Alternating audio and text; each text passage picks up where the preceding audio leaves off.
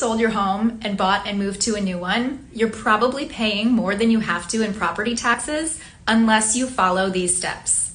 In this example, I'll show you how it's possible to reduce the assessed value on a home that you just bought for $700,000 to $550,000 or less. What we're talking about today applies when you've sold your primary residence in Florida and you purchase a replacement for that primary residence also within the state of Florida.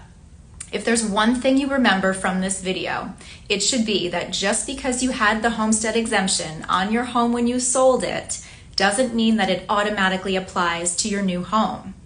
But if you follow these steps, not only will you get the homestead exemption on your new home, but you may be able to reduce the assessed value even further.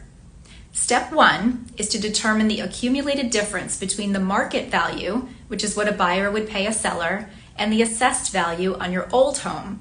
And this difference is called your Save Our Homes benefit.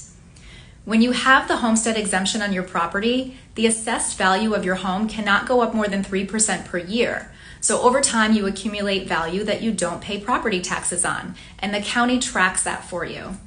The accumulated difference of up to $500,000 is what may be then transferred to a new homestead by way of portability. Here's an example. If the value of your old home is $500,000 and the assessed value is $350,000, the difference of $150,000 is what you take to your new home. Your portability savings reduces the assessed value of that $700,000 home to $550,000. This is a one-time permanent deduction from your home's assessed value. If you're downsizing, you can still take a percentage of that accumulated difference with you as well, and there are calculators on the county websites to walk you through that.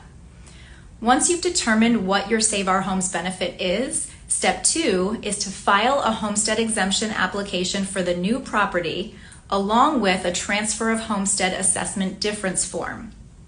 It's worth noting that the sale and the purchase transactions do not have to be made in the same year.